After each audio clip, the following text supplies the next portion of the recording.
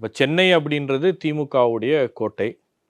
ஆ, நகரப்பகுதிகள்ல தாவேகாவுக்கு அதிக அளவு செல்வாக்கு இருக்கிறது. அதிக அளவு வாக்குகளை வந்து அவங்களால் பெற முடியும் அப்படின்னா, இப்ப அந்த இடத்த மட்டும் தான் அவங்க வந்து மையமிட்டு ஒரு பிளான் பண்ணி வந்து தேர்தல சந்திக்கக்கூடிய ஒரு நடவடிக்கையாக தான் நான் பார்க்கிறேன்.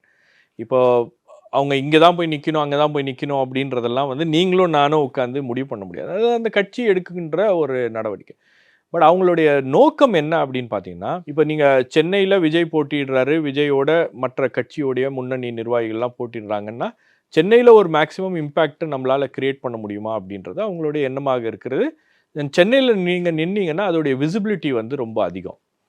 ஸோ அந்த ஒரு விஷயத்தையும் வந்து அவங்க கருத்தில் கொண்டு அந்த மாரி ஒரு பிளான் பண்ணியிருக்காங்க. அதேபோல திருச்சி ஈஸ்ட்ல போய் அவர் நிக்கிறதும் வந்து, உங்களுக்கு தமிழ்நாட்டுடைய ஒரு மையப்பகுதி. அந்த பகுதியில நிக்கும்போது உங்களுக்கு ஒரு ரிப்பல் எஃபெக்ட் கிரியேட் பண்ண முடியும். மற்ற பகுதிகள்லலாம் ஒரு ரிப்பல் எஃபெக்ட் கிரியேட் பண்ண முடியும் அப்படின்றது தான். இது 2மே அவங்க அவங்க கணக்குல பார்த்தீங்கன்னா, அது வந்து விஜய்க்கு விஜய் நின்னார்னா, பெரிய அளவுல இன்ஃப்ளூயன்ஸ் பண்ணக்கூடிய ஒரு தொகுதிகளாக இருக்கிறது அப்படின்றது தான் அவங்களுடைய கணிப்பு. ரிசல்ட்ஸ் வரும்போது தான் நமக்கு தெரியும் அது சரியான கணிப்பா அல்லது தவறான ஸ்ட்ராட்டஜியா அப்படின்லாம் நமக்கு வந்து அப்பதான் நம்ம வந்து உறுதியாக பேச முடியும். பட் இன்னைக்கு தேதிக்கு அவங்களுடைய ஐடியா என்னன்னா இந்த எலெக்ஷன்ல மேக்ஸிமம் இம்பாக்ட் கிரியேட் பண்றது.